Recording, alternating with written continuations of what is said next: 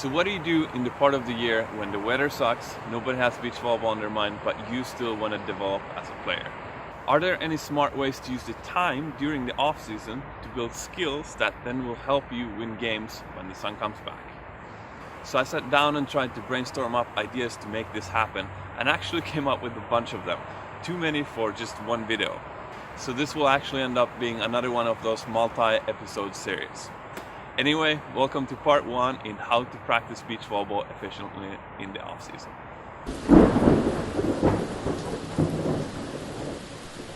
Tip number 1, hand setting practice.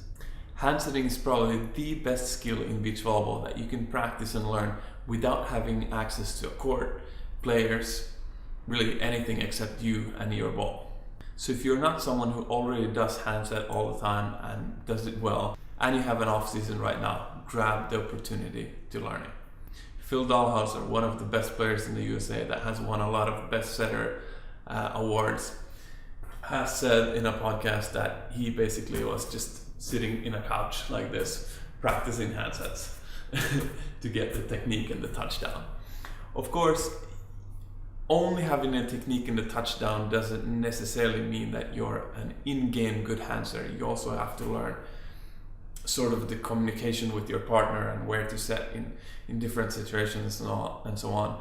But at least you can get the clean technique down, and then it's going to be much easier to learn those things on the court once you get into season. I also already have a bunch of videos on this YouTube channel on how to learn the hand set, so if you haven't seen those yet, check those out. Tip number 2, start learning or start deepening your understanding of sports psychology. If I were to divide beach volleyball into the 3 biggest building blocks of it, I would divide them into physical, which I would mean the biomechanics, the technique you use to play the game, the strategy of the game, how to play, when to play, like what, depending on your opponents, your partner, and so on, and thirdly, the mental part. A lot of people think that the mental part is something you only need after you have these other parts and you're already sort of becoming very good at the sport. But I actually found that this is not true. There are parts of sports psychology that are very helpful in beginners and especially in learning these other parts faster. This YouTube channel is called Learn Beach Volleyball Fast, and I'm all about mastering these different parts as quickly as efficiently as possible. And to do that, I would suggest you start learning sports psychology as quickly as possible in your career. I already have a bunch of videos on sports psychology on this YouTube channel that you can check out and start playing around with those concepts. But I just want to give you 2 other examples of something practical you can do now in the off season. One is get a sports psychology book and sit down and read it. Honestly, it's that easy. I have one book that I'll recommend in the description. Second is run a meditation experiment. 1.5 years ago, I decided I didn't really know. I kind of knew why I should meditate, but I didn't really know. But I decided, let's experiment with this. So I meditated daily for half a year. Every single day for 10 to 15 minutes I meditated. And that half year taught me stuff about myself that are lifelong skills. I will never be able to unlearn those things, and they help me every single day in pretty much everything I do and in beach volleyball. It doesn't take a lot of time, doesn't take a lot of effort, just some curiosity, and it can have immense results for you in the long term. Tip number 3 is physical exercise. And this is probably the most obvious off-season activity, and a lot of people are probably already doing it. So I just want to share 3 different categories of this. I think there's preventive work, like prehab stuff, that injury prevention. And then I think there's performance boosting type of exercise. Learn to jump higher or have better endurance or whatever. Then I also think that there's movement practice. Getting more flexible, being able to be in more positions, being able to be strong in more positions in your game, and so on and so on. This is actually both injury preventing and performance boosting, because it can allow you to play the game better. Tip number 4 is play indoor volleyball. This is also a quite obvious one. Our cousin sport or brother sport, indoor volleyball, that beach volleyball came from the beginning. Of course you can play this and learn skills that you can then transfer to the beach. There are some drawbacks. I think there's some technique that's a little bit different, some bad habits you could pick up from indoor that then could actually disservice you in beach volleyball, and so on and so on. But especially serve receive, I think there is not so much difference in beach and indoor.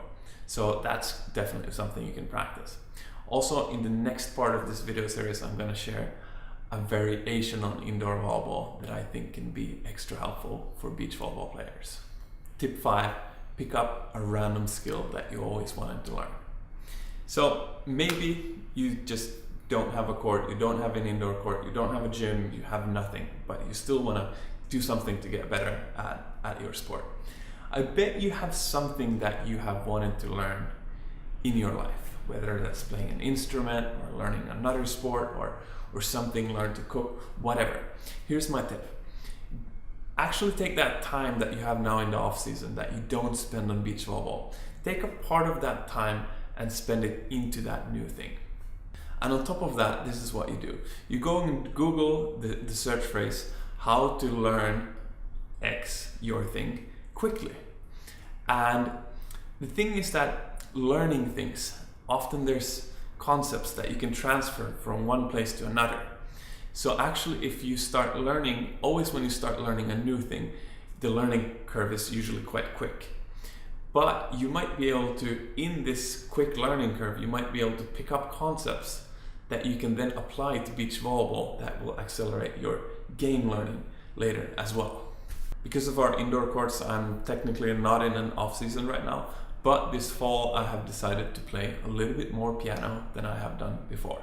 I played a little bit piano earlier in my life, but I have slacked down, and this fall I just decided, what if I just spend 3 minutes a day on learning this new song?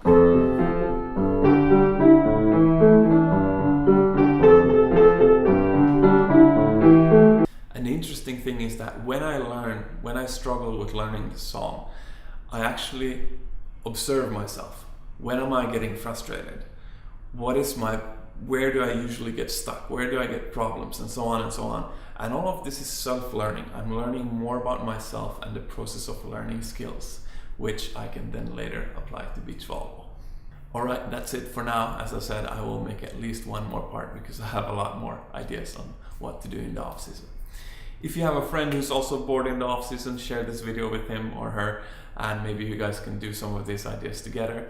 If there's something, this was sort of a quick overview. I talked a little bit more in depth about some things, but if there's something you would want to know more about, let me know in the comments section below. If you have any other own ideas of good activities, good off-season activities, let me know in the comments below. And yeah, that's it. Subscribe to the channel, like the video, share it to your friends, and I will see you later.